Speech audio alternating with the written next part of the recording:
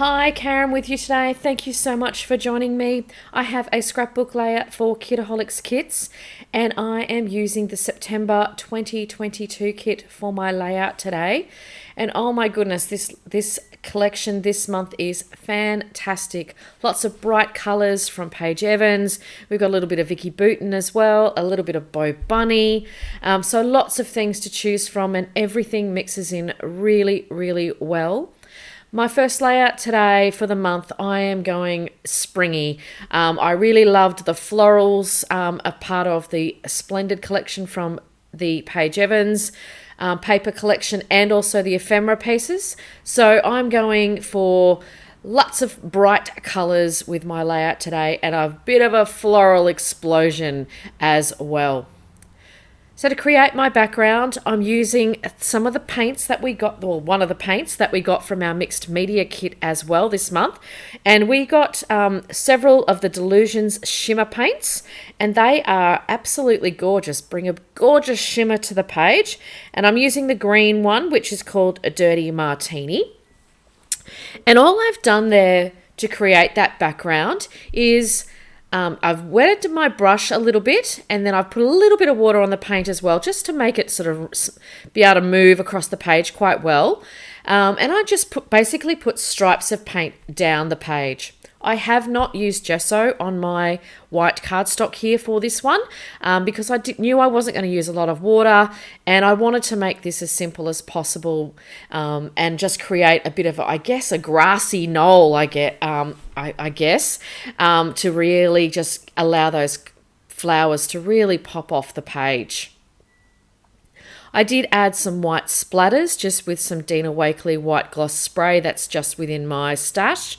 And I also did water down a little bit more of the paint and did some of some green splatters as well. And I let it to dry on its own, so it allowed those splatters to be a little bit darker as well. So that's a really good hint, I guess, is that if you're wanting to make your splatters look subtle, it's an idea to sort of either roll some paper towel over it.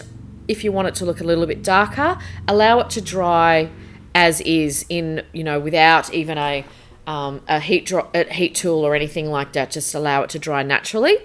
I do that with this one as well because I've used the Dina Wakley gloss spray, and because that's an acrylic paint, it tends to blister if you dry it with a heat gun. So I allowed all of that background to dry on its own. All right, so I thought it was going to be a really great base for my layout because, like I said, I wanted to use lots and lots of flowers on my layout, but I also wanted to be able to ground my photo to give a little bit of space between the green and the flowers.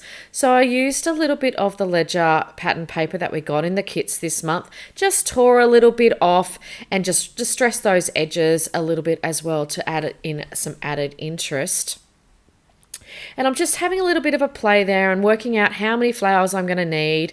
And then I've also, for the flowers, I did fussy cut out from the gorgeous Paige Evans Splendid collection pattern paper. And I'm also then using some of the ephemera pieces as well, which toned really well together. I'm popping up this piece of pattern paper onto some random cardboard that I have. I'm out of my foam. I still haven't had a chance to go and buy that. So I'm using some cardboard from some pizza boxes.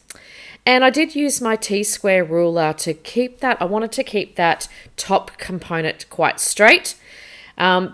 One of the reasons I did pop this up on onto not foam, like I always say, onto the cardboard, is I want to be able to nestle some of the flowers, not just on top, but underneath as well, to really give that dimensional look as I grow this floral explosion across the page. So like I said, I fussy cut out those flowers, and then I went through wondering what I'm going to do with my title because I knew my florals were going to take up quite a lot of space on the layout and it was going to make it quite busy. And so I flicked through my pattern papers again, and then I found the cutout paper that had that lovely little sentiment there with beautiful. So I fussy cut that out. I did fussy cut out the section that there was some florals on it as well, but that didn't quite work. So I've just cut out around the actual, I don't know what that shape is called, but around the lines around that shape. And I thought that that was a really lovely little way to put that title on the page without it overtaking, because obviously I've used the flowers for that pure indulgence of all these flowers on the page. Then I decided it needed a little bit more. I mean, what else can it have? I wanted to go a little bit with that shimmer look with the paint as well. So I grabbed out some of the puffy stickers. I guess they're puffy stickers, the Vicky Bouton ones, and added a few things because they've got some really lovely shine to them. Some of them got some gold around the edges, so I added in those arrows. And I tried this happy piece several times and I really wanted to use it, and eventually I do decide I'm just going to nestle that in, and I really like the look of that. I love that sticker piece. I think it was a really lovely way to finish off that page.